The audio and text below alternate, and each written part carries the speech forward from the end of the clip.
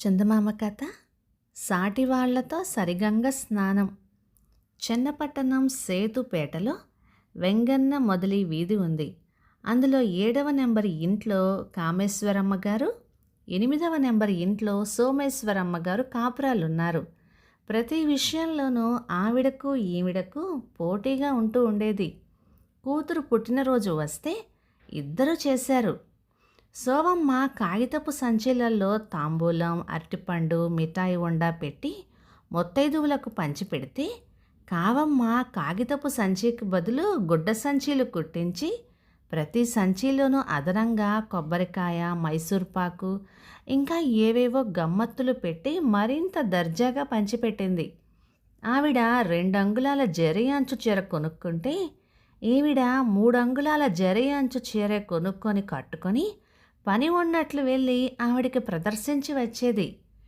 7వ నెంబర్ ఇల్లు, 8వ నెంబర్ ఇల్లు కొత్తగా కట్టినవే. 8వ నెంబర్ ఇంటికి ఎలక్ట్రిక్ దీపాలున్నాయి. కావమ్మ గారింటికి లేవు. కావమ్మ గారికి ఇది కష్టంగానే అనిపించేది. సోమమ్మకు కూడా దీపాలు లేకపోతే ఈవిడకంత కష్టంగా ఉండకపోను. కావమ్మకి మరొక బాధ కూడా వచ్చింది. ఏమిటంటే, సోమమ్మ గారు రేడియో కొనుక్కున్నారు. అసూయతో కావమ్మ చిక్కిపోవటం మొదలుపెట్టేసరికి ఆవిడ భర్త విద్యుత్ దీపాలకు బదులు ఒక పెట్రోమాక్స్ లైటు, రేడియోకు బదులుగా ఒక గ్రామఫోను కొని తెచ్చిచ్చాడు. కావమ్మ గారు పెట్రోమాక్స్ దీపాన్ని రోజు సాయంత్రం 4 గంటలకి వెలిగించుకొని కూర్చునేది గొప్ప కోసం. 8వ నెంబర్ ఇంట్లో రేడియో వినిపిస్తోందనేసరికి యువతల అన్నం వార్పుకు వచ్చినా సరే వదిలేసిపోయి గ్రామఫోన్ వేసి వచ్చేది. ఆ వీధిలో మహిళా మనులంతా సోమమ్మ గారంటే మర్యాద చేసేవారు. ఇది కావమ్మకి అమర్యాదగా ఉండేది. ఇంతలో దసరా పండుగలు వచ్చాయి. వీధి ఆడవాళ్ళంతా ఒక తీర్మానం చేశారు. ఎవళ్ళింట వాళ్ళు బొమ్మల కొలువులు పెట్టుకోకుండా అందరి బొమ్మలు చేర్చి లలితమ్మ గారింట పెద్ద కొలువు పెట్టి బ్రహ్మాండంగా చేద్దాము అని అనుకున్నారు. అందుకు సోమమ్మ బాగానే ఉంది ఈ పద్ధతి అంది. అప్పుడు కావమ్మ, ఈ మాట అసలు నాకే తోచింది, నేనే చెబుదామనుకుంటూ ఉంటే వాళ్ళే చెప్పేశారు అంది. ఎవరు చెబితే ఏమిట్లేండి, సోమమ్మ గారు ఈ ఉత్సవాలు బాగా జరగాలి అంటే మీరొక్క ఉపకారం చెయ్యాలండి అంది లలితమ్మ. ఆదుర్దాగా వింది కావమ్మ. ఏం లేదు, ఆ 9 రోజులు మీ రేడియో కొలువుకి ఎరువియ్యాలి అంది లలితమ్మ.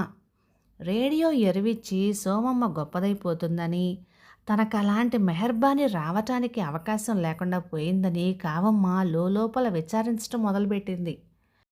అంతలో సోమమ్మ గారు ఇలా అన్నారు, మా రేడియో పాడైందమ్మా ఈ మధ్య, మా వారిని రిపేరు చేయించమంటే వారికి ఒక్కటే అశ్రద్ధ, పైగా క్షణం తీరుబాటు ఉండదు అంది.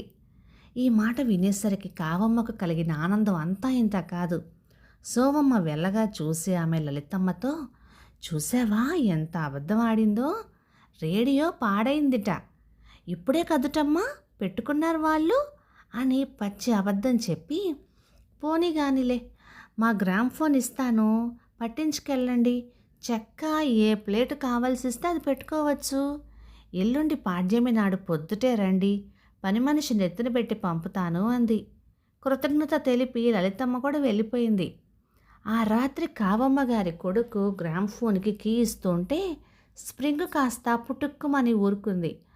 అయ్యో కొంప ముంచేశావురా, ఎల్లుండి లలితమ్మ వస్తే ఏమని చెప్పేది అంటూ బాధపడిపోయింది కావమ్మ గారు. ఉన్నపాటున మరమ్మత్తు చేయించమని భర్తను తొందర పెట్టింది. చూద్దాంలే అని అన్నాడు ఆయన.